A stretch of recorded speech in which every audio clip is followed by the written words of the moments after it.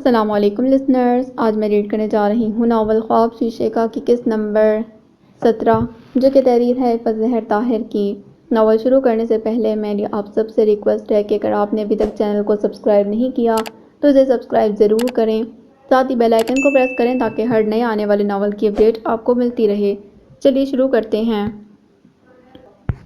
آغا جان نے مہرماں کے لیے رشتہ ڈھونڈ ہی لیا بالآخر۔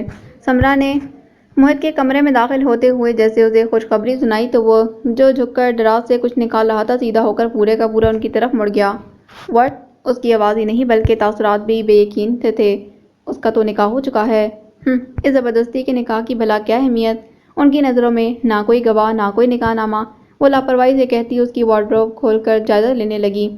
"اب تم بھی شادی کر ہی لو موہت، کم از کم وارڈروب کی حالت تو ٹھیک رہے گی تمہاری۔" وہ بالکل غیر متعلق بات پر آ گئیں مگر موہت کی سوئیاں وہیں اٹکی تھیں۔ "دماغ تو خراب نہیں ہو گیا ان لوگوں کا، نکاح پر نکاح کروائیں گے۔" اس کی تیوریاں چڑھیں۔ "یہ بات تو تم اپنے آغا جان سے پوچھو جا کر، یہاں ظلم کی ہر روایت انہی کے دست مبارک سے شروع ہوتی ہے۔" وہ تلخی سے گویا ہوئیں۔ "آپ تو بول سکتی ہیں، آپ اچھی طرح جانتی ہیں کہ وہ نمیر وقار افندی کے نکاح میں ہے۔" وہ ناراضی کا اظہار کرنے کی خاطر دراز بند کرتے ہوئے بولا۔ "مہرماں کی گواہی کافی نہیں ہے اس کے لیے۔" انہوں نے تحمل سے کہتے اس کی ٹائیوں کی ترتیب کو درست کیا اور وارڈروب کا دروازہ بند کر دیا۔ "اور مہرماں؟" سمرا گہری سانس بھر کر تعصب سے بولی۔ "پنجرے میں پھنسا شکار جتنی کوشش کر سکتا ہے وہ بھی اتنی ہی کر رہی ہے۔" "آغا جان کا تو دماغ خراب ہے۔" اس نے درستی سے کہتے سر جھٹکا۔ "بھلا وہ کیسے مہرماں کو حرام کی زندگی گزارنے پر مجبور کر سکتے ہیں؟ نمیر کے اس اقدام سے آغا جان ہو یا صدیقہ بھابی کسی کی ضد کا بت نہیں ٹوٹا موہت، ٹوٹی ہے تو صرف مہرماں اور اس کے خواب۔" وہ دکھ میں گہرے لہجے میں کہہ کر چلی گئیں مگر یہ نہیں دیکھا کہ موہت آفندی ایسے کھڑا رہ گیا جیسے زمین میں وہیں پیروں کو جکڑ لیا ہو۔ "تم دوسری شادی کر رہی ہو؟" وہ کچن میں آئے تو مہرماں کو چائے کا پانی پکنے کے انتظار میں کھڑے دیکھ کر زبان پھسل گئی۔ جواباً مہرماں نے کھا جانے والی نظروں سے اسے دیکھا تو وہ سنبھل کر بولا، "میرا مطلب ہے کہ آغا جان کا دماغ خراب ہو گیا ہے کیا؟ تو تم بات کر لو ان سے، داؤ پیچ لڑا کر بزنس سمیٹ سکتے ہو تو یہ بات کیوں نہیں؟" تب وہ تلخی سے کہہ کر ابلتے ہوئے پانی میں پتی ڈالنے لگی۔ ماحول پر ایک خوشگوار سی مہک حاوی ہو گئی۔ اس کی بات سن کر لمحہ بھر کے لیے تو موہت بھی چپ سا ہو گیا، پھر بہت پرسکون لہجے میں بولا، "بہت عرصہ سب نے اس بزنس پر عیاشی کی ہے، اگر میں کر لوں گا تو کوئی غضب نہیں ہو جائے گا؟" مہرماں چپ چاپ کھولتے قہوے کو دیکھ رہی تھی۔ موہت نے اچٹتی نظر اس پر ڈالی۔ جب وہ اس گھر میں آیا تھا تو سب سے چمکتا ہوا روپ مہرماں کا تھا مگر اب وہ مرجھائی ہوئی تھی۔ اسے سمرا کی بات یاد آئی، بھلا اپنے خوابوں سے کٹ کر کون جی پاتا ہے؟ "تم نے آغا جان سے بات نہیں کی؟ یہ نکاح شرعاً حرام ہوگا۔" وہ نرمی سے بولا۔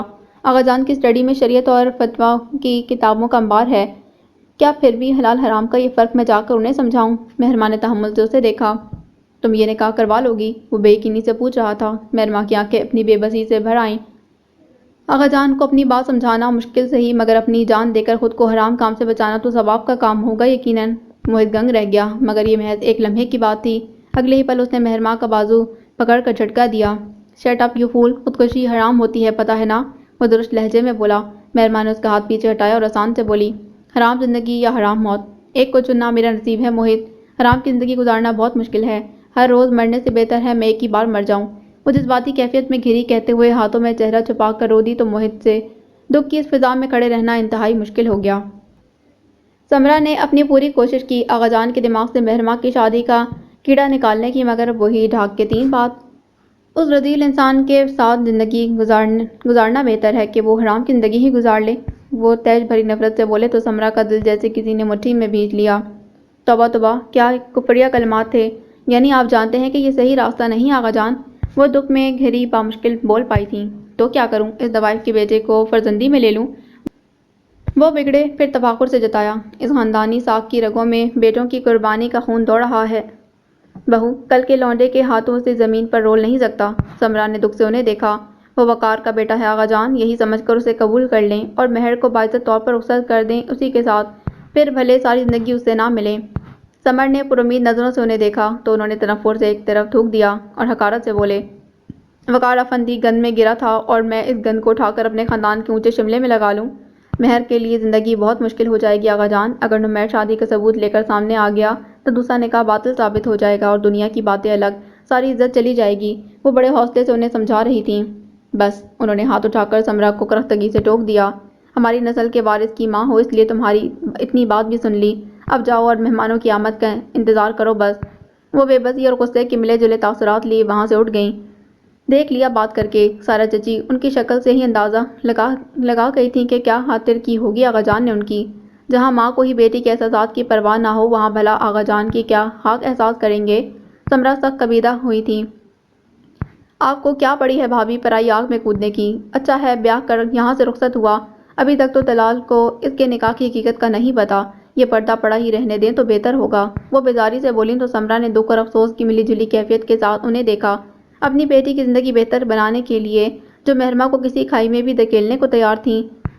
رات کے کھانے کے بعد جب مہرمہ فریج میں سے سویٹ ڈش لانے کے لیے اٹھی تو آغا جان نے کسی کو بھی مخاطب کیے بنا بآواز بلند گویا اعلان کیا، مہرمہ کو دیکھنے ایک فیملی آ رہی ہے کل، چائے کی تیاری کر لینا اچھے سی۔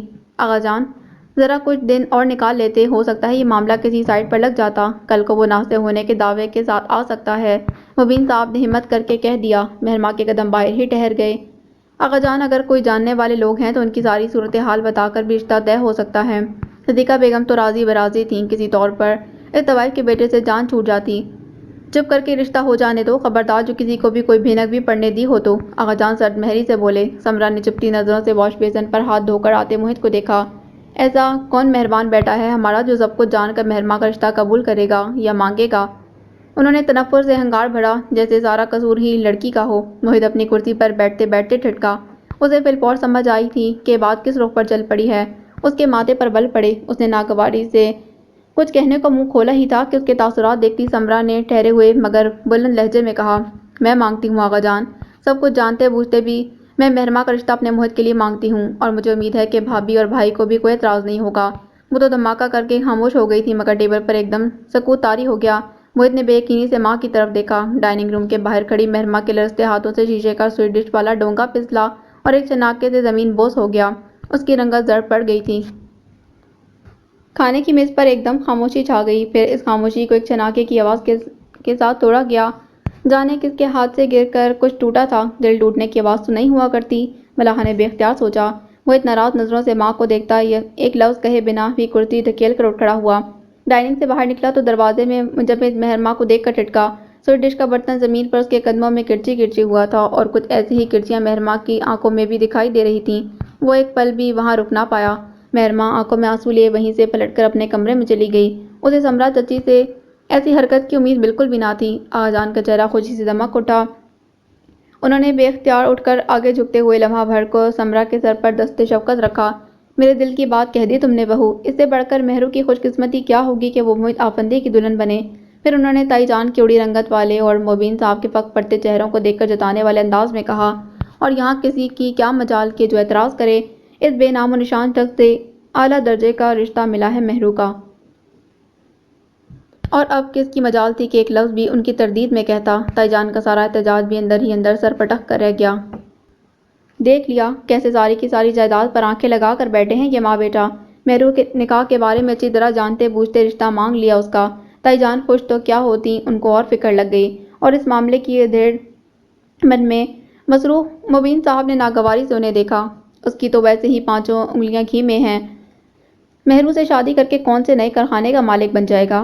سمرا سے تو تمام عمر مجھے بھلائی کی امید نہیں، بنا کسی فائدے کے تو وہ اپنے بیٹے کا ایک بال بھی اکھاڑ کر نہ دے کسی کو، کجا ایک نکاح شدہ لڑکی کے لیے رشتہ دے۔ آپ مانے یا نہ مانے کھیل کچھ اور ہی ہے۔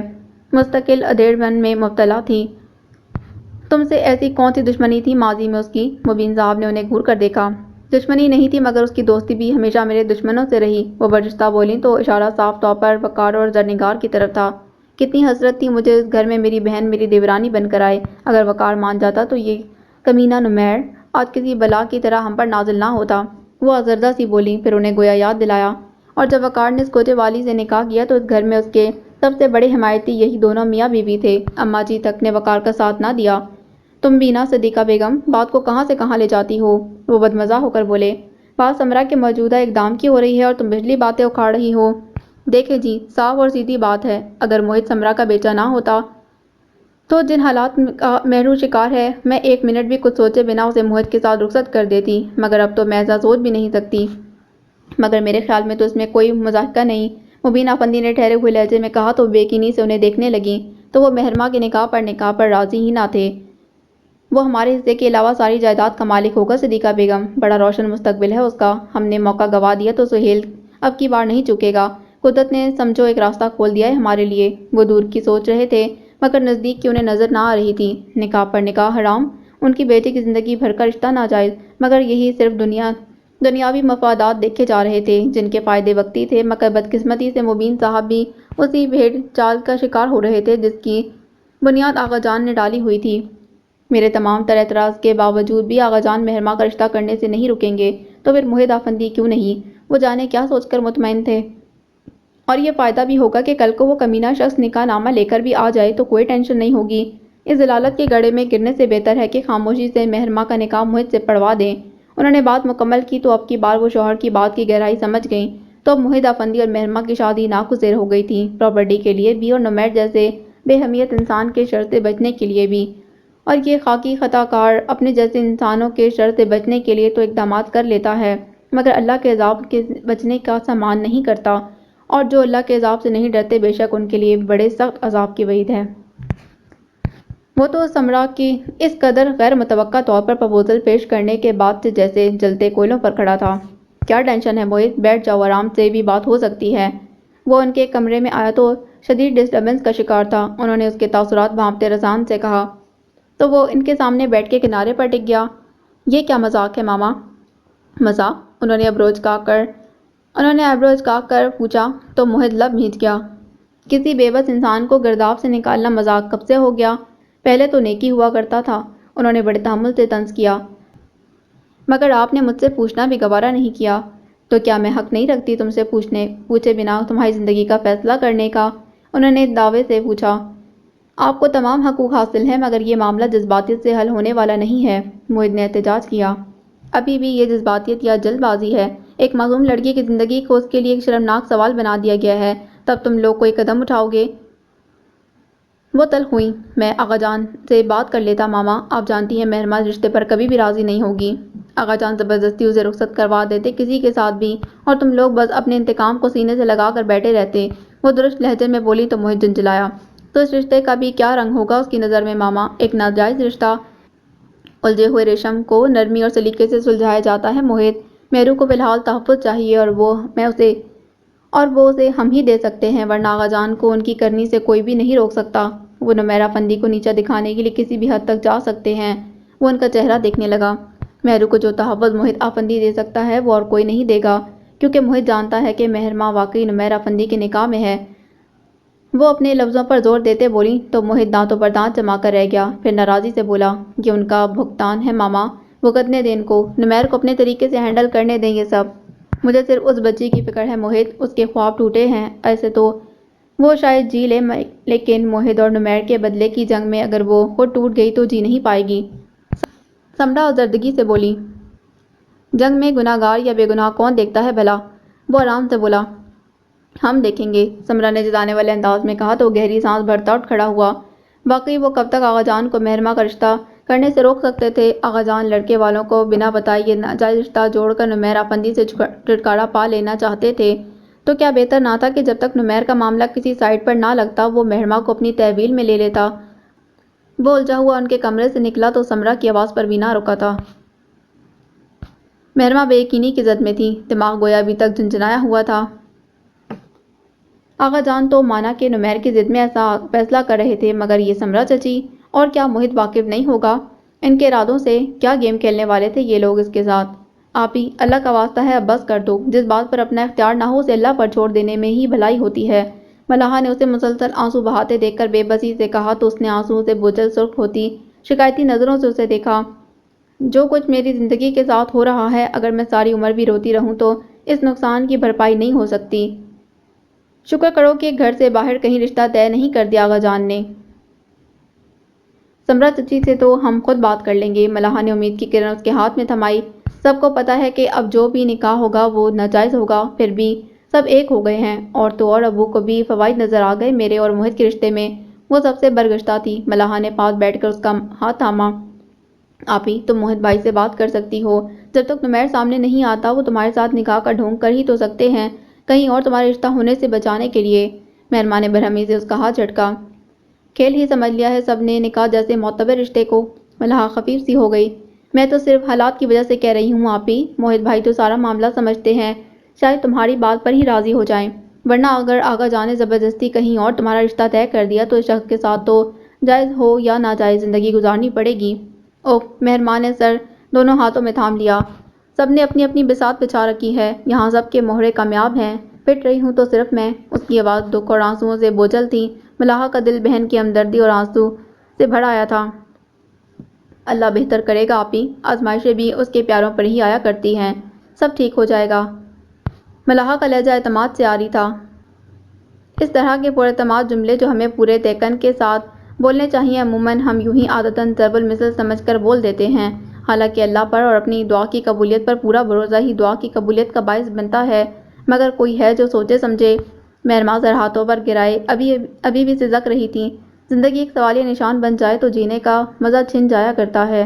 مہرماں بھی ایک ایسے ہی دوراہے پر آن کھڑی ہوئی تھی کہ جہاں آگے یا پیچھے خسارہ ہی خسارہ تھا اور کوئی صورت بڑھ نظر نہ آتی تھی۔ وہ ابھی یک کے بعد دیگرے 2 میٹنگز اٹینڈ کر کے آیا تو تھکن زدہ سا اپنی چیئر پر گر گیا۔ سر میں ہلکا ہلکا سا درد اٹھ رہا تھا، کچھ گھریلو مسئلے کی ٹینشن، اوپر سے میٹنگز۔ وہ ریوالونگ چیئر میں دھنسا نیم دراز سا آنکھیں موندے ہوئے تھا جب موبائل کی رنگ نے اسے چونکا دیا۔ اس نے ویسے ہی سستی کے ساتھ سیدھا ہوئے بنا محض ہاتھ بڑھا کر موبائل اٹھایا۔ سومیا کا نام اسکرین پر جگمگاتا دیکھ کر اس نے لمحے بھر کو لب بھینچے۔ رنگ مسلسل بجتی تھی۔ اس نے گہری سانس بھر کر کال اٹینڈ کی۔ کیا بات ہے، اب کال اٹینڈ کرنے سے بھی کترانے لگے ہو؟ وہ جلبلا کر بولی۔ انسان بزی بھی ہو سکتا ہے، موہت نے رسان سے کہا تو اس نے ذرا سا توقف کیا، پھر دھیمے لہجے میں بولی، پھوپھو بتا رہی ہیں تم مہرماں سے شادی کر رہے ہو؟ موہت کا دماغ لمحہ بھر کو جھنجھنا اٹھا۔ یہی کنفرم کرنے کے لیے تم نے کال کی ہے؟ تو اب میرا کال کرنا بھی تمہیں برا لگ رہا ہے؟ اس کی زکام زدہ سی آواز سن کر اب دفتن موہت کو اندازہ ہوا کہ وہ شاید روتی رہی تھی۔ برا نہیں لگ رہا، طبیعت کچھ ٹھیک نہیں، موہت نے نرمی سے کہا تو چند لمحوں کی خاموشی کے بعد وہ اسی نمکینی گھلے لہجے میں بولی، کیا یہ ضروری ہے کہ نمیر کے بعد اب موہت افندی بھی مہرماں کو ہی ملے؟ موہت بھگ سے اڑا، بے ساختہ ہی سیدھا ہو بیٹھا۔ تم تو ان سے بدلہ لینے کے لیے واپس آئے تھے موہت، اب کہاں گیا وہ انتقام؟ یہ تمہارا مسئلہ نہیں ہے سومیا، تم اس سارے قصے سے دور رہو، فار گاڈ سیک۔ میرا مسئلہ تم ہو موہت، نمیر تو اپنا چکا مہرماں کو، تم اس قصے کے بیچ کہاں سے آ گئے؟ وہ سرکشی پر اتری، موہت کی تیوری پر بل پڑ گئے۔ نمیر کو سمجھاتی تو موہت اور مہرماں کا حوالہ دے کر، مگر اب جب واقعی موہت اور مہرماں کا قصہ چل نکلا تو دل کسی نے مٹھی میں لے لیا تھا۔ تم ایک بار فیصلہ کر لو سومیا کہ تم مجھ سے چاہتی کیا ہو۔ میں یہ چاہتی ہوں کہ نمیر افندی مہرماں کی رخصتی کروا لے، نہ کہ موہت افندی، وہ قطعی لہجے میں بولی۔ اور اگر وہ ایسا نہیں کر سکتا تو تم کیوں اس کی بلا اپنے سر لے رہے ہو؟ میں پہلے ہی بہت مشکل میں گھرا ہوا ہوں سومی، فار گاڈ سیک۔ آغا جان اسے یوں ہی کسی کے ساتھ رخصت کرنے پر تلے ہیں اور ماما کو یہی ایک حل سوجا ہے اسے بچانے کا۔ جن رشتوں کا کوئی نام نہ ہو وہ ناجائز ہی کہلاتے ہیں موہت، وہ جتانے والے لہجے میں بولی۔ بعض رشتوں کا نام محض انتقام ہوتا ہے، یہ بھی تم ایک ایسا ہی رشتہ سمجھ لو۔ وہ اب پرسکون تھا۔ اینڈ ڈونٹ وری، جس دن نمیر سامنے آ گیا موہت اور مہرماں کا رشتہ خود بخود ختم ہو جائے گا، پھر نمیر افندی جانے اور آغا ذوالفقار افندی جانے۔ تم سب مرد اس قدر ظالم ہوتے ہو کیا؟ ذرا ٹھہر کر سومیا نے تلخی بھرا سوال کیا۔ سارا ظلم آغا جان نے کیا اور سزا بھگت رہی ہے مہرماں۔ کیوں موہت؟ تم کیا سمجھتے ہو اپنے خواب سے کٹ کر جینا آسان ہوتا ہے؟ نہیں موہت افندی، پل پل کی موت ہے یہ۔ کوئی مجھ سے پوچھے ٹوٹے خوابوں کی کرتیاں کیسے آنکھوں کو لہولہان کرتی ہیں، میں بھی تو مہرو جیسی ہی زندگی گزار رہی ہوں۔ اس کا لہجہ بھرا گیا تو اس نے لائن کاٹ دی۔ موہت ساکت سا کتنی ہی دیر موبائل کان سے لگائے بیٹھا رہا۔ تائی جان کی خاموشی ان کی رضامندی کو ظاہر کر رہی تھی۔ سارا چچی نے طنزیہ نظروں سے انہیں دیکھا۔ اب کیسے آپ کا دل کرایا سمرا بھابھی کی بات ماننے کو؟ کل تک تو وہ دونوں ماں بیٹا ہمیں لوٹ کر کھانے والے تھے۔ تائی جان نے تپتی نگاہوں سے ان کو دیکھا، پھر سرد مہری سے بولی، تم نے بھی تو دل بڑا کر کے مہرو کا چھوڑا ہوا رشتہ قبول کیا تھا نا اپنی تزئین کے لیے؟ موہت تو ماشاءاللہ لاکھوں میں ایک ہے، اب اللہ نے مہرو کا نصیب کے ساتھ جوڑ دیا تو ہماری دم مارنے کی کیا مجال؟ ان کی بات کا انداز چچی جان کو پہلو بدلنے پر مجبور کر گیا۔ نہ تو طلال میں کون سی کمی تھی بھابھی، قصور تو مہرو کی ہی قسمت کا تھا نا بس۔ وہ تیکھے لہجے میں داماد کی حمایت پر اتری۔ چلو خیر، مہرو کو سے لاکھ گنا اچھا بر مل گیا، تائی جان نے بے نیازی سے کہا۔ ہاں، دونوں دفعہ ہی۔ وہ دل ہی دل میں تمسخر سے ہنسی، مگر بظاہر بڑی سادگی سے ہمدردی میں بولی، بالکل بھابھی، اب چاہے نکاح پر نکاح گناہ ہی صحیح، مگر کم از کم ایک طوائف زادے کی ذات ہونے کا لیبل تو ہٹ جائے گا نا۔ تائی جان کی تو مانو کانوں سے دھواں نکلنے لگا، بس نہ چلا کہ رکھ کر ایک زوردار تماچا دیورانی کے منہ پر جڑ دیتی، مگر مجبوری تھی، اس طنز کو کڑوے گھونٹ کی طرح پینا ہی پڑا، مگر بڑے حوصلے کے ساتھ فخریہ لہجے میں بولی، جس کو اللہ عزت دے رہا ہو سائرہ، وہ اسے کوئی چھین نہیں سکتا۔ مہرو اس بے حیا، بے نام و نشان کے نصیب میں نہیں تھی تو نہیں ملی، اور نہ اس کی حیثیت ایسی تھی کہ وہ تاعمر مہرو کا نصیب رہتا، اور موہد افندی جیسا شاندار اور اب شاید کروڑ پتی داماد جس کو مل جائے، وہ کیوں نہ صدیقہ بھابھی جیسی بڑکے مارے۔ سائرہ چچی کا ہاتھ ملنے کو جی چاہا، کتنا کہا تھا اس تزین کی بچی سے کہ مہرو کا جھوٹا نہ چاٹ، آج رو رہی ہے اپنی قسمت کو۔ مطلال کا بچہ اندر سے مہرو کا ہی رہا، اور ادھر موہد افندی، حق ہا۔ تائی جان نے بنظر غیر ان کا حضرت سے تاریک پڑتا چہرہ دیکھا تو دل میں ٹھنڈ سی پڑ گئی۔ چچی جان نے وہاں سے اٹھ ہی جانا مناسب سمجھا۔ لو جی، اب یہ کام شروع کر دیا مہرو بی بی نے، ایک نکاح کر کے چین نہیں آیا اسے۔ ماں نے واٹس ایپ پر فوری طور پر یہ خبر تزین بیٹی کو سنائی تو خواہ ہی تنکی، اور کہاں گئے وہ دعوے مہرو کے، موہد کو تو جوتے کی نوک پر رکھتی تھی وہ۔ مجھے تو یہ سمجھ نہیں آتی کہ سمرہ کو کون سی بوٹی سنگھا دی ہے مہرو نے، جانتے بوجھتے آگ ہاتھ میں لے رہے ہیں ماں بیٹا۔ وہ تو کل کو پتہ چلے گا جب نمیر نکاح نامہ لے کر ان کی شادی میں پہنچ جائے گا۔ مجھے تو موہد پر حیرت ہو رہی ہے امی، اور اس عقل کی اندھی سمرہ کو میری فرزین نظر نہ آئی۔ تم نے تو بیوقوفی کر ہی لی، اور ناغا جان کا کہا کبھی نہ ٹالتا موہد، اور تم آج چین کی بانسری بجا رہی ہوتی۔ ان کی حضرت الفاظ کا روپ پہن کر سامنے آئی تو تزین کو ماں کے الفاظ پر اعتراض ہوا۔ دلال کون سا کم ہے موہد سے امی، وہ تو اس مہرو کی بچی نے پتہ نہیں کیا جادو کر رکھا ہے اس کے دل پر۔ خیر اب مہرو اور موہد کی پکی رپورٹ سنے گا تو اس کا دل صحیح ٹھنڈا ہوگا، پھر قدر آئے گی میری۔ تزین کو مسرت سی محسوس ہوئی مہرو کو دلال سے چند قدم اور دور جاتے دیکھ کر، مگر حقیقت تو اللہ ہی جانتا تھا کہ عزت کا تاج کس کے سر پر سجنے والا تھا، اور ذلت کس کی نصیب میں آنے والی تھی۔ انسان تو بس اپنے جوڑ توڑ میں مصروف رہتا ہے، جبکہ جوڑنے والا بھی تو اللہ ہے اور توڑنے والا بھی، تو پھر کون ہے جو سوچے سمجھے۔ وہ ایک دھماکے سے دروازہ کھول کر اندر داخل ہوئی تھی۔ موہد نے بے اختیار فائل میز پر رکھ کر آنے والے کو دیکھا۔ سرخ اور سیاہ پرنٹڈ سوٹ میں ملبوس سیاہ دوپٹے کو گردن میں لپیٹ کر آگے ڈالے مہرماں بے یقین بھری آنکھیں لیو سے گھور رہی تھی۔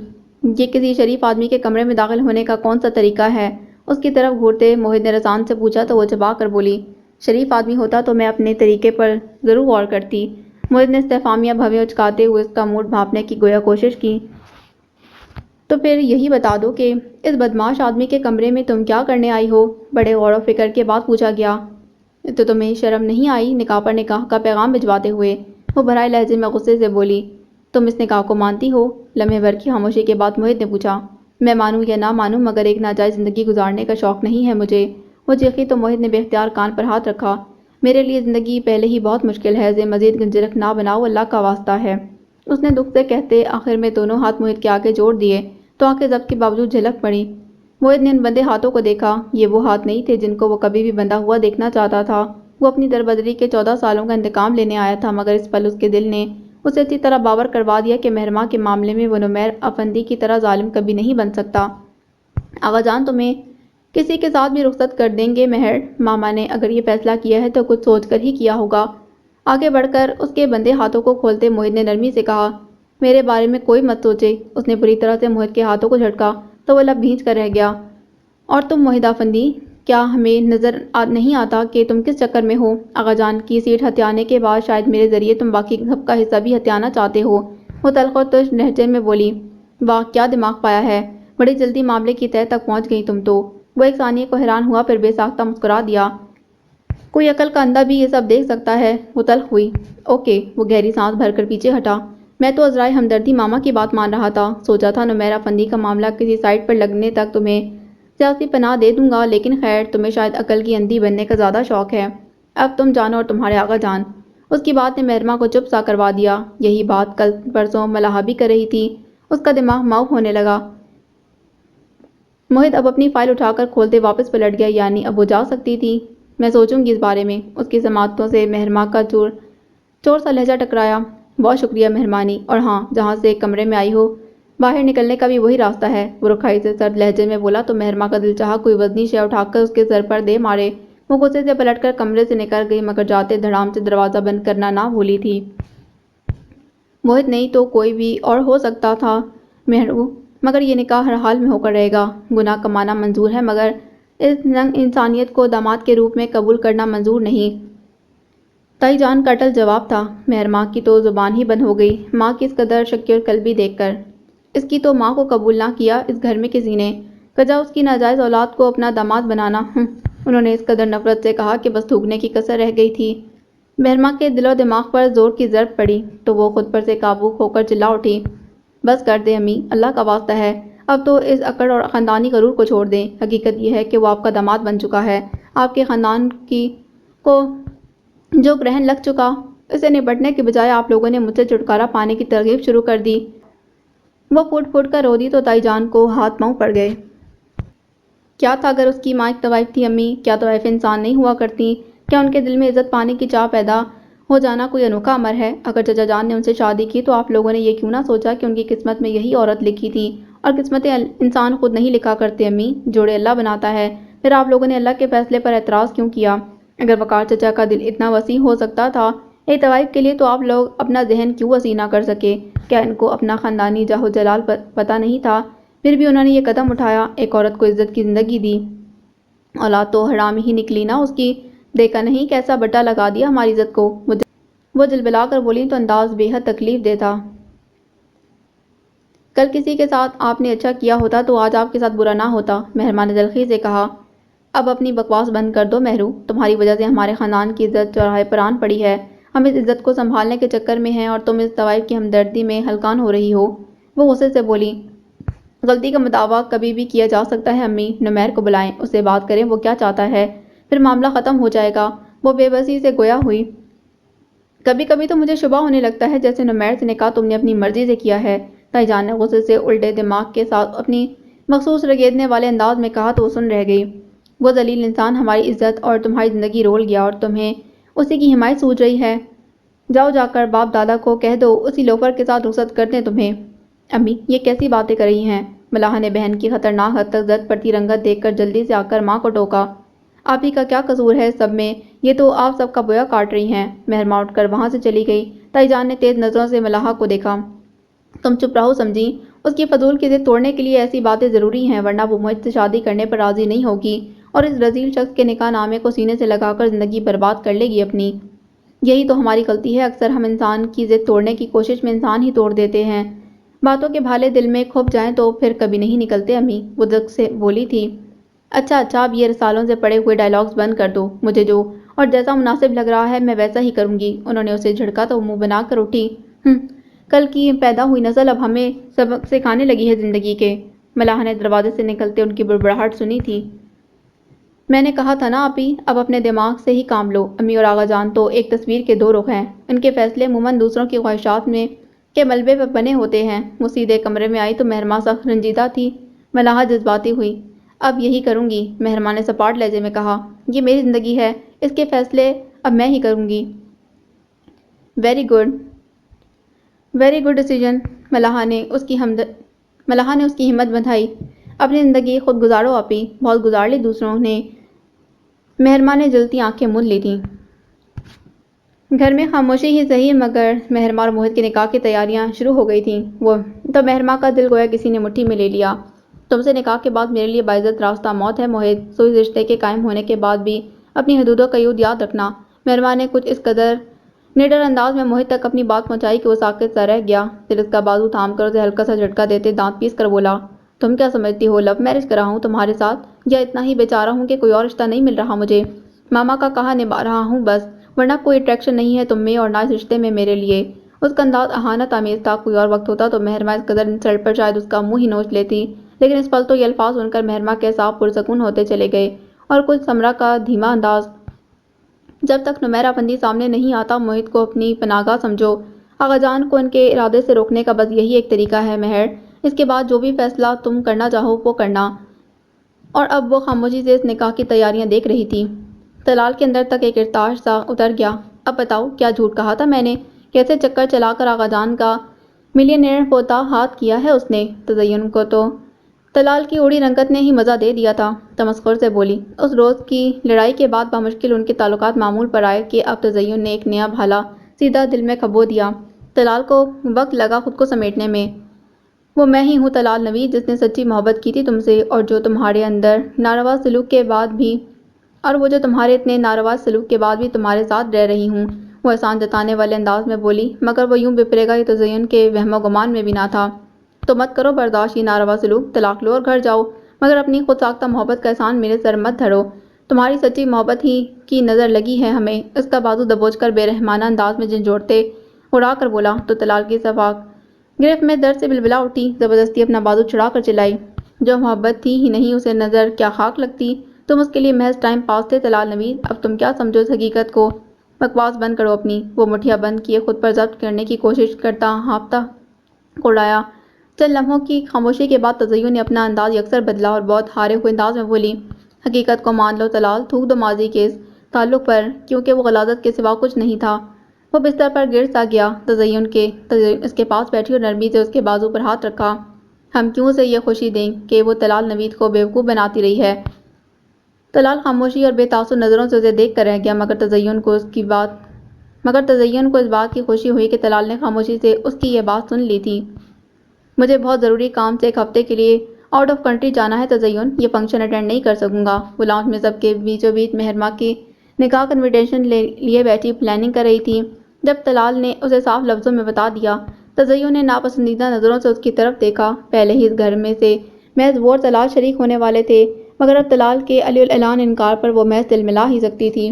یوں بھاگ بھاگ کر سب کو اپنی طرف متوجہ مت کرو طلال، جب تمہاری نیت صاف ہے تو ڈرتے کیوں ہو؟ مہرو کا سامنا کرنے سے اس کے بے باک اور نڈر الفاظ ماما کو گنگ کر گئے۔ اس پر طلال کی پرضبط خاموشی اور مزید کچھ کہے بنا اٹھ کر کمرے میں چلا گیا۔ ماما سخت انداز میں تزین کو ٹوکے بنا نہ رہ سکیں۔ اپنے رویے پر غور کرو تزین، اس طرح تو تم محض اپنی زندگی مشکل بنا رہی ہو۔ اگر وہ مہرما سے کتراتا ہے تو اسے کترانے دو، ان کے رشتے میں لحاظ پیدا ہونے دو۔ وہ سر جھٹک کر پھر انویٹیشن دیکھنے لگی جہاں مہرو اور موہت کا نام ساتھ ساتھ لکھا اسے تسلی دے رہا تھا کہ بالآخر مہرو نامی کانٹا اس کی زندگی سے نکل چکا تھا۔ تم بالکل ٹھیک جا رہی ہو تزین، اترے گھوڑے کو لگام ایسے ہی ڈالی جا سکتی ہے۔ پرانی یادوں کی چابک مارتے رہنا چاہیے اسے تاکہ صداق کی نصیحت اور خوف رہے۔ ماما کے اٹھ کر جاتے ہی اس کی جیٹھانی نے متاثر ہونے والے انداز میں اسے سراہا تو وہ ٹھنڈے دل سے مسکرا دی۔ آپ اسے حالات سے بھاگنا کہیں یا کچھ اور ماما، لیکن میں کسی طور بھی اس فنکشن میں شریک نہیں ہونا چاہتا۔ تزین کو باتیں بنانے کا موقع مت دو طلال، ایک تو پہلے ہی تمہارے پاپا تمہارے جلد بازی کی شادی کے فیصلے پر ابھی تک ناراض ہیں، اوپر سے روزانہ کوئی نہ کوئی ایسی بات ضرور ہو جاتی ہے جس سے گھر کا ماحول خراب ہو رہا ہے۔ وہ خود تزین کی خود غرضانہ فطرت سے عاجز آ چکی تھی، مگر یہ وہ مسئلہ تھا جس کا فوری کوئی حل نہ تھا۔ اس کی عادت ہے بک بک کرنے کی، خود ہی چپ کر جائے گی۔ اور ویسے بھی شام کو جانا ہے افندی ہاؤس تو آنٹی سے معذرت کر لوں گا، تزین کو بولنے کا موقع ہی نہیں ملے گا۔ وہ ان کی پریشانی بھانپ کر انہیں تسلی دیتے ہوئے بولا تو انہوں نے غائب دماغی سے سر ہلا دیا۔ کام سے ضروری تو کچھ بھی نہیں ہوتا بیٹا، اب معمولی سی بات کے پیچھے لاکھوں کا نقصان تو نہیں کر سکتے نا۔ تم خیر سے جاؤ، تزین کی تو رشتہ داری ہے خود نبھا لے گی۔ سارا چچی نے تو طلال کی زبانی فنکشن کے دنوں میں ملک سے باہر جانے کی خبر سن کر ہی تمادت محسوس کی۔ تزین کو برا لگا، ہم نے ایسا کیا جرم کیا ہے جو بھاگتے پھرے امی؟ چچی جان نے تنبیہی نظروں سے بیٹی کو دیکھا اور پھر بہانے سے کچن میں جا کر اس کی کلاس بھی لے لی۔ اچھا ہے وہ دور ہی رہے جادوگرنی سے۔ طلال کو چھوڑا تو موہت اور اس کی ماں کو قابو کر لیا۔ کیوں اسے امتحان میں ڈالتی ہو؟ جانا چاہتا ہے تو جانے دو اسے، آگ اور پانی کو قریب کرنے کی بیوقوفی مت کرو۔ انہوں نے بھی تقریباً اس کی ساس والی ہی بات کی۔ تزین منہ بناتی سن رہی تھی۔ تنہائی پا کر طلال نے ریلیکس ہو کر صوبے کی بیگ سے ٹیک لگائی اور جلتی آنکھیں موند لیں، سرخی اب جن کا مستقل حصہ بن چکی تھی۔ تزین اسے ڈرائنگ روم میں بٹھا کر جانے کہاں نکل گئی تھی؟ اس نے آنکھیں کھول کر چھت پر نگاہ جمائی۔ اگر بات محض تزین کی ہوتی تو وہ شادی کے بعد اس گھر میں کبھی بھی نہ آتا، مگر مجبوری یہ تھی کہ اس گھر میں مہرما افندی بھی رہتی تھی اور اسے لاکھ نفرت کرنے کے باوجود دل کے کسی کونے میں سے اسے ایک نظر دیکھنے کی چاہ برقرار تھی۔ مگر نفرت ہو جانے اور خود کو نفرت کرنے پر مجبور کرنے میں زمین آسمان کا فرق ہوتا ہے۔ وہ سیدھا ہو بیٹھا، نظر بے اختیار سامنے مصنوعی پھولوں کی ٹوکری پر پڑی جس میں کچھ خوش نما سے کارڈ رکھے ہوئے تھے۔ اس نے تھوڑا سا آگے جھک کر ہاتھ بڑھا کر ایک کارڈ اٹھا لیا اور کارڈ کھولتے ہی اسے ایک صدماتی جھٹکا سا لگا۔ یہ موہت اور مہرما کے نکاح کا کارڈ تھا۔ طلال کو اپنا دل کچھ رکتا ہوا محسوس ہوا، پھر اشتعال کی خفیف سی لہر نے اسے اپنی لپیٹ میں لے لیا اور اسی اشتعال کے تحت اس نے کارڈ کے ٹکڑے کرنا شروع کر دیے۔ ملاحہ فرزین، وہ اپنے دھیان میں آواز دیتی اندر چلی آئی۔ طلال کارڈ کے ٹکڑے ہاتھ میں لیے بے اختیار کھڑا تھا۔ مہرما کا تو دل مہرماں کا تو جیسے کسی نے سارا خون ہی نچوڑ لیا ہو، مگر طلال کسی اور ہی کیفیت میں تھا۔ ڈیگریڈ ہونے کے احساس اور شدید نفرت کے بوجھ تلے دبے طلال نے چند قدم آگے بڑھ کر ساکت کھڑی مہرماں کے چہرے پر 2 ٹکڑے اچال دیے تھے۔ یہ ہے تمہاری اصلیت۔ مہرماں کے چہرے پر جیسے کسی نے تھپڑ کھینچ مارا ہو۔ اس نے بے اختیار سسکی بھری، مگر اگلا لمحہ اس سے بھی زیادہ سنگین تھا جب پیچھے سے آغا جان کے ساتھ اندر آتے موہد نے کلائی سے پکڑ کر مہرماں کو ایک طرف کیا اور ایک مکہ طلال کے جبڑے پر دے مارا۔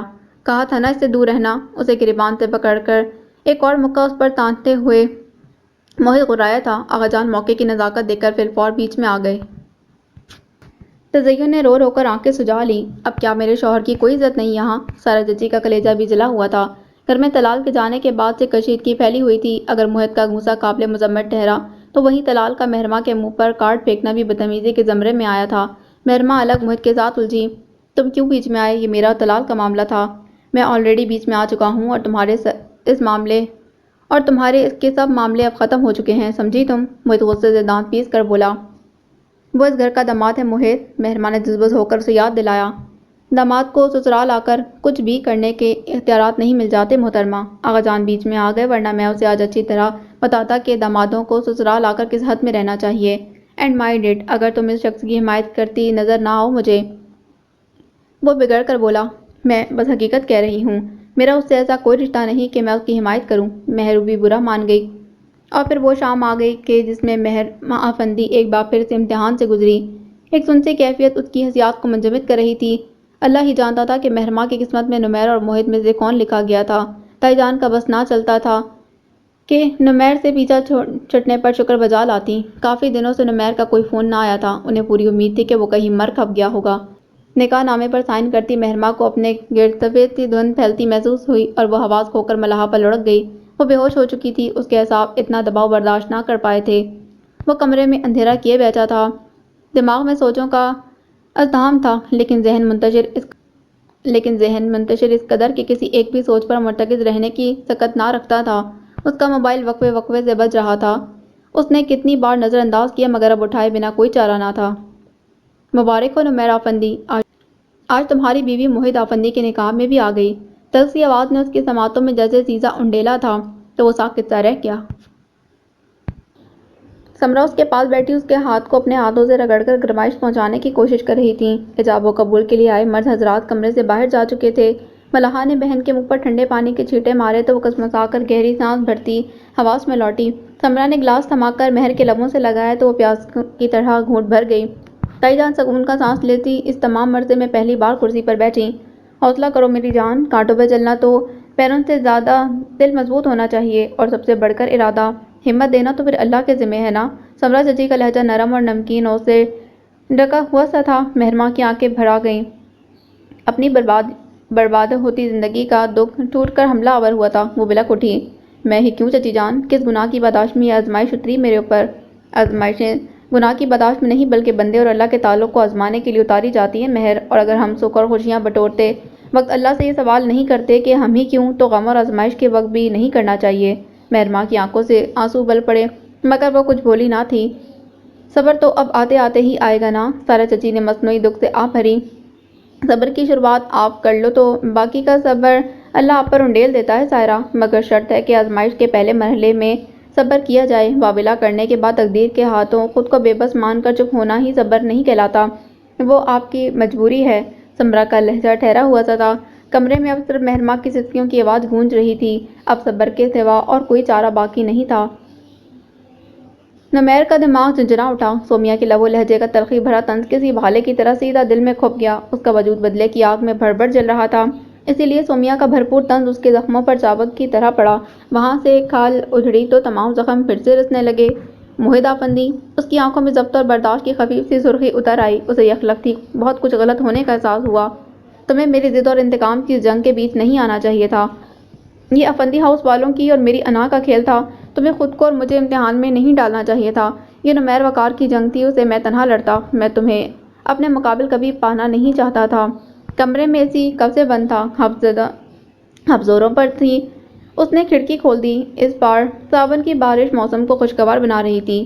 ہوا کی تیزی کے ساتھ بارش کی فوار اس کے تپتے چہرے اور وجود سے ٹکرائی تو لمحہ بھر کے لیے اس نے آنکھیں موند لیں۔ سکون کی لہر نے اندر ابلتے آتے فشاں پر جیسے چھینٹا سا مارا۔ اور مہرماں افندی، اس کے لیے تمہیں بالکل بھی اسٹینڈ نہیں لینا چاہیے تھا موہت۔ اس کا یہ قصور کیا کم ہے کہ وہ صدیقہ بیگم کی بیٹی ہے، مانا کہ وہ بے قصور ہے، مگر میں بھی تو صرف زرنگار کا بیٹا ہونے کی سزا کاٹ رہا ہوں۔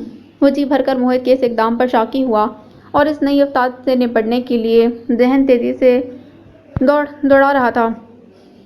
مہرماں کو جتنی جلدی ممکن ہو سکے موہت کی زندگی سے نکالنا، اس نے ایک اور ٹارگٹ سیٹ کیا تھا۔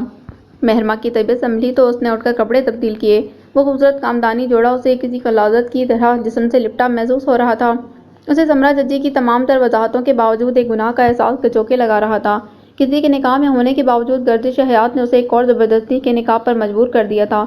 وہ رو کر گڑ گڑا کر اللہ سے ناکردہ گناہ کی معافی مانگنا چاہتی تھی۔ مغرب کی نماز پڑھ کر دعا مانگنے کو ہاتھ اٹھائے تو بس رو کر معافی ہی مانگتی رہی اور کوئی حرف یاد ہی نہ رہا۔ صدیقہ بیگم کمرے میں آئی تب بھی اس کی ہچکیاں بندھی ہوئی تھیں۔ ان کا دل دکھ سے بھر گیا، مگر کیا کرتی، بیٹے کی زندگی کو تباہ ہوتے بھی نہیں دیکھ سکتی تھی۔ اکثر مائیں اپنے بچوں کی محبت میں انتہائی غلط قدم اٹھا لیا کرتی ہیں۔ وہ کام بھی کر جاتی ہیں جس کے کرنے کی اجازت اللہ نے نہیں دی۔ یہ محبت نہیں ذریعہ جذباتیت ہے، اور بیجا جذباتیت کسی ثواب کے زمرے میں نہیں آ جایا کرتی۔ اب بس کر دو یہ رونا پیٹنا۔ شکر کرو اللہ نے تمہیں ان لڑکیوں میں سے بنایا ہے جن کے ساتھ اگر کچھ برا ہوتا ہے تو پھر اس کی تلافی بھی ہو جاتی ہے۔ مہرماں نے دکھ کی شدید کیفیت میں گھرتے بے یقینی سے ماں کو دیکھا۔ میں مقام شکر پر کھڑی ہوں اور مجھے پتہ بھی نہیں۔ بہت خوب امی، اس نے روندھی آواز میں بامشکل کہا تو لہجہ دکھ اور تکلیف سے بوجھل تھا۔ آنسو دے کر جھرجھر آنکھوں سے بہتے اور وہ کسی ناراض بچی کی طرح انہیں ہاتھ کی پشت سے رگڑ کر صاف کرتی جاتی۔ مقام شکر نہیں تو اور کیا ہے مہرو، کھڑے ہونے کے لیے پھر سے زمین کا مل جانا خوش نصیبی ہی ہوا کرتی ہے۔ گرے ہوئے کو اٹھانے کے لیے ہاتھ آگے بڑھیں تو یہ گرنے والے کی خوش قسمتی ہے۔ اب بس تم خود کو سنبھالو اور زندگی کی آنکھوں میں آنکھیں ڈال کر مقابلہ کرو۔ انہوں نے اسے سمجھانے کے لیے لہجہ نرم ہی رکھا۔ یہ آنکھ تو اب مارے شرم کے اٹھے گی ہی نہیں، کسی سے آنکھ ملانا تو دور کی بات ہے امی، وہ پراذیت لہجے میں بولی تو ایک نوکیلا بھالا ان کے دل میں کھپ گیا تھا۔ اس کی کون سا لمبی چوڑی اولاد تھی، لے دے کر 2 ہی بیٹیاں، اور قسمت نے کیسا طاق کر وار کیا کہ نشانہ ان کا دل بنا۔ حق ہا، بدلہ ہی لینا تھا اس بے ہمت شخص نے تو سائرہ کی بیٹیاں بھی تو تھیں، میرے کلیجے پر ہی ہاتھ ڈالنا تھا ماں باپ کی طرح اس نے بھی۔ ان کی بات سن کر مہرماں نے بے یقینی سے ان کو دیکھا۔ آپ کو پتہ ہے بیٹی کا دکھ کتنا بڑا ہوتا ہے، پھر بھی آپ دوسروں کی بیٹی کے لیے وہی تکلیف مانگ رہی ہیں امی۔ تزین کا کیا ہے، وہ تو خوشی خوشی نکاح کروا لیتی اس موئے نمیر اور پھر موہت سے بھی۔ یہ تو تم ہی ہو جو رو رو کر آدھی ہوئی جا رہی ہو۔ گناہ در گناہ کا بھی کوئی ثواب ہوا کرتا ہے۔ ہاں، مجھے نہیں پتا تھا، وہ طنزیہ لہجے میں بولی۔ شکر کرو کہ سمرا نے سب کچھ جان کر بھی موہت کے لیے تمہارا رشتہ مانگ لیا۔ تم یہ نہیں سوچتی کہ کل کو ذلیل شخص نہ لوٹا تو زمانے کو کیا منہ دکھائیں گے ہم؟ یہی تو ہمارا المیہ ہے امی، زمانے کو دکھانے کے لیے ہمیں ہر عیب سے پاک منہ چاہیے، اور اللہ کے لیے گناہوں سے لتڑا ہوا منہ بھی چلے گا، اسی لیے تو عذاب مسلط ہیں ہم پر۔ اس نے تلخی سے کہا تو صدیقہ بیگم کو ندامت سی محسوس ہوئی، مگر یہ پل بھر ہی کا احساس تھا۔ مصیبتیں اگر اللہ ڈالتا ہے تو ان کا حل بھی وہی سجھاتا ہے مہرو۔ اللہ کے دل میں اتاری بات اور شیطانی وسوسے میں فرق کرنا آ جائے تو ہماری زندگیاں ہی نہ بدل جائیں۔ وہ ان کی سوچ کے انداز پر آزردہ تھی۔ اچھا اب اس کنوتیت کے دورے سے باہر آ جاؤ، اور یہ کپڑے کیوں تبدیل کر لیے تم نے؟ انہوں نے موضوع بدلا۔ اس لباس سے اچھا آج مجھے کفن لگتا ہے امی۔ اس کی آنکھیں جھلملا گئیں۔ بکواس مت کرو، ان کا دل دہلا۔ اللہ کا شکر ادا کرو مہرو، اس نے مشکل دی تو ساتھ آسانی بھی دے دی۔ ان کی اپنی ہی سوچ تھی۔ مہرماں کا سر دکھنے لگا۔ تائی جان اور آقا جان کی سوچ کو 1 انچ بھی تبدیل کرنا کسی کے بس میں نہیں تھا، اور اب اس پتھر سے مزید سر نہیں پھوڑ سکتی تھی۔ ذرا سا حوصلہ پکڑتی تو آج تمہاری رخصتی ہو جاتی اور میری ٹینشن بھی دور ہوتی۔ انہوں نے بالکل غیر مطلب بات کی تو مہرماں کی آنکھیں پھیلیں۔ آقا جان کو تو پتہ ہی ہے تمہیں۔ انہوں نے ساتھ ہی جتا بھی دیا کہ یہ بولنے یا اعتراض کرنے کا مقام نہیں، مگر آزمائشوں سے گزرے ہوں کے دل اکثر دھکے ہی ہوتے ہیں۔ موہت میرے لیے صرف دروازے کی ایک اوٹ ہے امی، آقا جان کے مزید غلط فیصلوں سے چھپنے کی اوٹ۔ اسے میرے لیے دروازہ مت سمجھیں کہ میں عمر بھر کے لیے اس میں سے اندر داخل ہو کر زندگی کے مزے لینا شروع کر دوں۔ مہربان نے اس قدر سرد اور قطعی لہجے میں کہا کہ وہ اس کا منہ دیکھ کر رہ گئیں۔ مہرو کی طبیعت کیسی ہے اب؟ آقا جان نے سمرا سے پوچھا تو وہ اچھی طرح ان کا مطمع نظر سمجھتے ہوئے محتاط انداز میں بولی، کچھ بہتر ہے پہلے سے، میں نے خود ہی ریسٹ کرنے کو کہا ہے۔ انہوں نے ہنکار بھرا، جتنی جلدی ہو سکے رخصت کرواؤ اسے، ذہن بٹے گا تو طبیعت بھی خود بخود ٹھیک ہو جائے گی اس کی۔ جی بہت بہتر، سمرا نے لب کھینچ لیے جیسے بہت کچھ کہنے سے خود کو روک لیا ہو۔ موہت کہاں ہے؟ ان کو خیال آیا، کمرے میں ہوگا، میں تو ابھی بھابھی کے پاس سے آ رہی ہوں، اسے بھیجو ذرا میرے پاس۔ وہ اپنے کمرے کی طرف بڑھتے ہوئے بولے تو سمرا گہری سانس بھرتی موہت کے کمرے میں چلی آئیں۔ کھڑکیوں پر پردے گرائے گہرا اندھیرا کیے اے سی کی کولنگ میں ڈوبے کمرے کی وحشت پل بھر میں ہی سمرا کے حواس پر طاری ہونے لگی تو انہوں نے گھبرا کر ہاتھ مارتے ہوئے لائٹ آن کر دی۔ بستر خالی دیکھ کر پلٹی تو وہ اسے آرام سے چیئر پر آنکھیں موندے جھولتے دیکھ کر ٹھٹک گئیں۔ لائٹ آن ہوئی تو وہ چیئر ہلانا رک کر آنکھیں کھولتا ان کو دیکھنے لگا۔ ڈرا دیا تم نے تو، اتنا اندھیرا کر کے کیوں بیٹھے ہو؟ باہر اتنا اچھا موسم ہو رہا ہے اور تم نے کھڑکیوں کے پردے تک گرا رکھے ہیں۔ اے سی کی کولنگ اللہ کے بنائے ٹھنڈے موسم کا مقابلہ کر سکتی ہے بھلا؟ اے سی بند کر کے انہوں نے کھڑکیوں کے پردے ہٹائے اور کھڑکی کھول دی۔ تیز بارش اب ہلکی ہلکی بوندا باندی میں بدل چکی تھی۔ مسلسل بولنے کا ایک مقصد شاید کمرے میں چھائی اداس خاموشی کو توڑنا بھی تھا۔ وہ پلٹ کر اس کے بستر کے کنارے ٹک گئیں۔ آغا جان رخصتی کی بات کر رہے ہیں؟ وہ مجرمانہ انداز میں گویا ہوئی تو موہت کی آنکھوں میں خفیف سی سرخی اتر آئی۔ ہم آپس میں ڈرامہ کر سکتے ہیں مگر ان کے سامنے نہیں، سمرا نے دھیمے لہجے میں کہا۔ تو کروا لیں رخصتی، یہ ڈرامہ بھی کیوں روکنا؟ وہ بے حد ترشی سے کہتا ایک جھٹکے سے کرسی چھوڑ کر اٹھا تو وہ تیزی سے آگے پیچھے جھولنے لگی۔ سمرا کا دل دھک سے رہ گیا۔ یہ سب تمہاری رضامندی سے ہوا ہے موہت، انہوں نے جتایا، اور میرا مقصد صرف مہرماں کو آغا جان کی غلط پالیسی سے بچانا ہے۔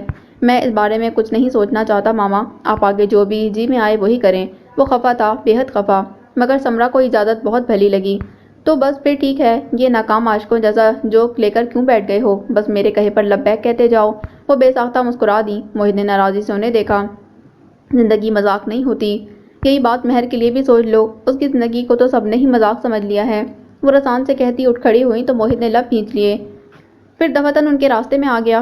مان لیا کہ اس کی زندگی کا مذاق بنایا گیا۔ نمیر نے اپنی دشمنی نبھائی، آغا جان نے اپنی انا کو سرخرو کیا، مگر آپ نے موہت افندی کو ان سب کی لائن میں کھڑا کیوں کر دیا؟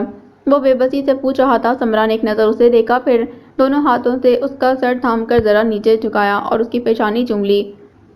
کیونکہ میرا موہت ان سب کی طرح اس کی زندگی کو امتحان نہیں بنائے گا، مہر کے ساتھ کچھ برا نہیں کرے گا، کیونکہ اس کے سینے میں موہت کا دل ہے، نمیر افندی کا نہیں۔ بہت نرمی سے کہتی وہ اس کا گال تھپتھپاتی کمرے سے نکل گئی۔ موہت کے قدموں کو جیسے زمین نے جکڑ لیا۔ وہ سمرا کے بہت مان سے کہے لفظوں کا مطلب اچھے سے سمجھنے کے باوجود ان میں چک پھیریاں کھا رہا تھا۔ وہ کبھی بھی مہرماں افندی نام کی اس آزمائش کو اپنے سر پر لادنا نہیں چاہتا تھا، مگر وقت اور حالات اسے ہر طرف سے دھکیل کر اسی سمت لا رہے تھے جہاں وہ اور مہرماں بالمقابل تھے۔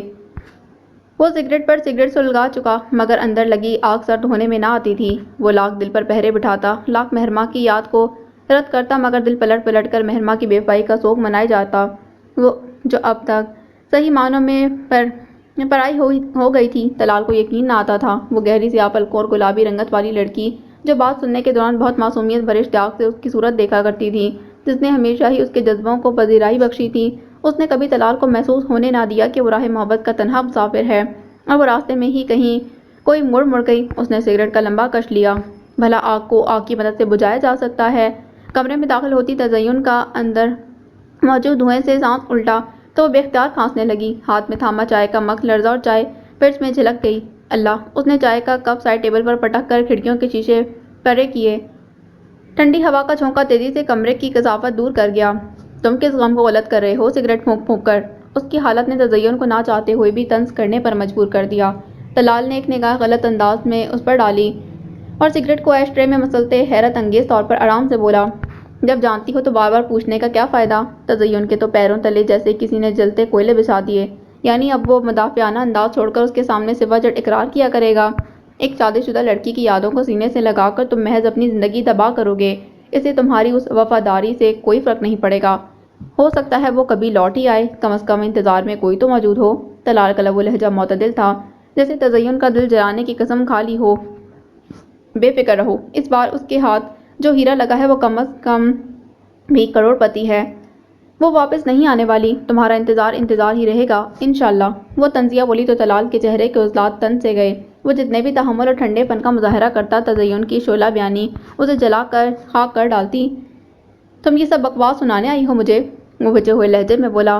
میں تو چائے لے کر اپنے شوہر کے پاس آئی تھی، یہاں ایک ناکام عاشق مل گیا تو کیا بکواس کرنا میرا حق نہیں بنتا؟ وہ ترنت بولی۔ طلال اسے خوشمگی نگاہوں سے دیکھتا رہا، پھر اپنی جگہ سے اٹھا چائے کا کپ اٹھا کر زمین پر دے مارا۔ تزین کا دل لرز سا گیا۔ تم جیسی عورتیں ہوتی ہیں جو تعمر ناکام زندگی گزارتی ہیں، جنہیں اتنی تمیز نہیں ہوتی کہ شوہر کے دل پر راج کیسے کیا جاتا ہے، جو شوہر کے ماضی کو نہ بھولتی ہیں اور نہ اسے بھولنے دیتی ہیں، تو پھر ٹھیک ہے، گزارا کرو ایسے ہی زندگی، میں تو ویسے ہی سزا کاٹ رہا ہوں۔ وہ سرد لہجے میں بولا اور دروازہ کھول کر یوں کھڑا ہوا جیسے اسے دفع ہو جانے کو کہہ رہا ہو۔ تزین دندناتی کمرے سے نکل گئی۔ طلال نے زوردار آواز کے ساتھ دروازہ بند کیا اور بستر پر گر سا گیا۔ یا اللہ، محبت کرنے کی سزا آخر کب تلک؟ پیٹ بھرا ہوا ہو تو محبت سے محروم زندگی کی دوسری حقیقت ہے۔ وہ سخت اذیت میں تھا اور افسوس کہ اس نے جلد بازی میں شریک سفر بھی ایسا چنا جو اس کے زخموں پر پاہے رکھنے کے بجائے روزانہ کی بنیاد پر ان زخموں کو کریدتا رہتا۔ وہ ماضی کو بھلاتا بھی تو کیسے؟ مگر وہ نہیں جانتا تھا کہ عشق حقیقی ہو یا مجازی، دونوں میں ہی شرک کی کہیں گنجائش نہیں۔ مہرماں کی بے وفائی کے بعد اس نے بھی تو وہی کیا جو مہرو نے، بلکہ مہرو سے پہلے ہی شادی رچا لی، اور شرک کی سزا بہت سخت ہوا کرتی ہے۔ بے شک وہ مزمل سا انگنت سوچوں کے حصار میں گم تھا۔ تزین نے لاؤنج میں آ کر صوفے پر گر کر رونا شروع کر دیا تو ماما نے تعصب سے اسے دیکھتے ٹی وی کا والیوم آف کر دیا۔ چند لمحے وہ یوں ہی آنسو بہاتی رہی، پھر گویا پھٹ پڑی۔ آپ کبھی بھی مجھ سے رونے کی وجہ مت پوچھیے گا، آپ بھی اپنے بیٹے کی طرح صرف تماشا ہی دیکھ سکتی ہیں۔ یہ بدتمیزی کی انتہا تھی، لیکن وہ تزین کے انداز میں اسے جواب دینا نہیں چاہتی تھیں، سو ذرا تحمل کا مظاہرہ کیا۔ تم لوگوں کی آوازیں کمرے سے باہر تک آتی ہیں تزین، کیونکہ بدقسمتی سے وہ ساؤنڈ پروف کمرہ نہیں ہے۔ تو پھر سمجھاتی کیوں نہیں ہے اسے؟ وہ اسی درستی سے بول رہی تھی۔ ماما نے ناگواری سے اسے دیکھا۔ اسے نہیں، تمہیں سمجھائے جانے کی ضرورت ہے تزین۔ تزین تلملا اٹھی۔ ایک تو میں نے آپ لوگوں کی عزت بچا کر احسان کیا، اس شادی کے لیے حامی بھر لی، اوپر سے یہ صلہ مل رہا ہے مجھے، تانے تشنے جھڑکیاں۔ ماما نے تعصب سے اسے دیکھا۔ میں تو کیا، اس گھر کے نوکر بھی اس لب و لہجے سے واقف ہو گئے ہیں جس میں تم اپنے شوہر سے مخاطب ہوتی ہو۔ وہ ٹھنڈے لہجے میں بولی تو تزین بل کھا کر رہ گئی۔ اور جہاں تک بات ہے شادی کا احسان کرنے کی، تو طلال کو کبھی بھی رشتوں کی کمی نہیں تھی تزین۔ اب یہ بات تم خود سوچو کہ تم نے اس قدر افراتفری کے پروپوزل پر حامی کیسے بھر لی؟ کیا محض ہم پر احسان کرنے کے لیے؟ آپ بھی اسی کی ماں ہیں، اسی کی حمایت کریں گی نا؟ وہ ادھر محبوبہ کی یاد میں سگریٹ سلگا رہا ہے، ادھر آپ بہو کو تیلی دکھا رہی ہیں۔ وہ بدتمیزی کی حد تک اتر آئی تھی۔ ایک کامیاب بیوی وہ ہوتی ہے جو اپنے حسن سلوک سے شوہر کو ماضی بھلانے پر مجبور کر دے تزین۔ جس طرح تم پلٹ پلٹ کر اسے ماضی کی طرف گھسیٹتی ہو، وہ کبھی بھی نہ تو اس فیل سے نکلے گا، نہ ہی کبھی تمہارا ہوگا۔ وہ سرد مہری سے کہتی اٹھ کھڑی ہوئی۔ ہاں، آپ بد دعا نہیں دیں گی تو اور کون دے گا؟ آپ کے دل کو تو ٹھنڈک ہے کہ آپ کا بیٹا کم از کم آپ کے ہاتھوں میں تو ہے، تزین نے زہر خون لہجے میں کہا تھا۔ اپنے رویے پر غور کرو تزین، اگر طلال سے محبت ہے تو اپنے اعتبار بدلو، اس پر اعتماد کرو اور اسے ایک بار پھر سے کھڑے ہونے کا موقع دو اور وقت دو۔ اب کی بار اگر اسے گرانے کا باعث تم بنی تو وہ زندگی بھر اٹھ نہیں پائے گا۔ وہ کہہ کر چلی گئی۔ تزین پیچھے جلتی کٹتی سلگنے کو اکیلی بیٹھی رہ گئی۔ میری جگہ اپنی بیٹی ہوتی تو پھر دیکھتی ایسا لیکچر کیسے دیتی ہیں۔ ناشتے کی میز پر وہ جان بوجھ کر کافی لیٹ پہنچی تو اندازہ تھا کہ سب ناشتے سے فارغ ہو چکے ہوں گے۔ وہ کسی کا بھی سامنا نہیں کرنا چاہتی تھی، اب تو کوئی بھی نہیں، پائے قسمت کہ ابھی وہ وہاں کھڑی ناشتے کا مینیو سوچ رہی تھی کہ تزین صبح صبح آدم کی چچی جان بیٹی کی ستی شکل دیکھ کر دل ہی دل میں خیر کی دعا مانگتی اس کے گلے لگی۔ ناشتہ کرو گی؟ طلال چھوڑ کر گیا ہے کیا؟ انہوں نے محتاط انداز میں سنگن لینا چاہی، مگر وہ بہت بیزار سی تھی۔ ڈرائیور کے ساتھ آئی ہوں اور صرف چائے پیوں گی، سر درد سے پھٹ رہا ہے۔ وہ وہیں کرسی پر بیٹھ گئی۔ مہرماں اسے نظر انداز کرتی ناشتہ بنانے کے لیے کچن میں چلی آئی۔ اب مجبوراً تزین کے لیے بھی چائے اسی کو بنانا تھی۔ چچی جان وہیں بیٹھ کر بیٹی کے کانوں میں پرتشویش انداز میں گزر گزر کرنے لگی۔ پہلے ہی سے بیزار کن اور دل گرفتہ کیفیت کا شکار مہرماں صبح صبح تزین کو دیکھ کر مزید کوہ زدہ ہو رہی تھی۔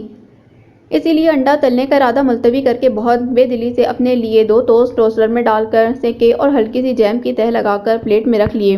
2 مگوں میں چائے ڈالی، ٹرے اٹھا کر باہر چلی آئی تو وہاں موہت کو چچی اور تزین کے ساتھ براجمان دیکھ کر وہ عجیب خجل سی کیفیت کا شکار ہوئی، مگر جب موہت اس پر بس اچٹتی سنجیدہ سی نظر ڈال کر تزین کی طرف متوجہ ہو گیا، تب وہ بھی خود کو مضبوط ظاہر کرتی آگے چلی آئی اور ٹرے میز پر رکھ کر چائے کا ایک کپ تزین کے آگے رکھا۔ خود ناشتہ کرنے کی غرض سے کرسی گھسیٹ کر بیٹھنے لگی کہ بری طرح ٹھٹک گئی۔ ناشتے کی ٹرے موہت نے یوں اپنی طرف گھسیٹی جیسے وہ اسی کے لیے لائی ہو، اور تو اس کا ٹکڑا دانتوں سے توڑ کر چباتے ناگواری سے بولا، انڈا تو بنا لیتی کم از کم، سوکھے ٹوسٹ گلے میں پھنستے ہیں میرے۔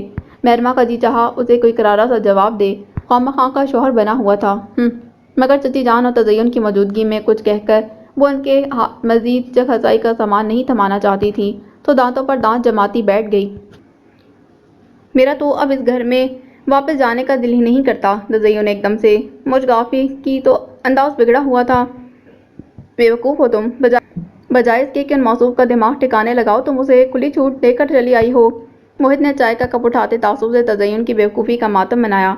دماغ؟ تزین نے تیز نظر پہلے موہت پر ڈالی، پھر چلتی نگاہ مہرماں پر ڈالتے ہوئے تلخی سے بولی، جس دماغ میں ایک ہی چہرہ اور پرانی یادیں بھری ہوں اسے ٹھکانے لگانے کی کوشش میں مجھے خود ٹھکانے لگنے کا کوئی شوق نہیں۔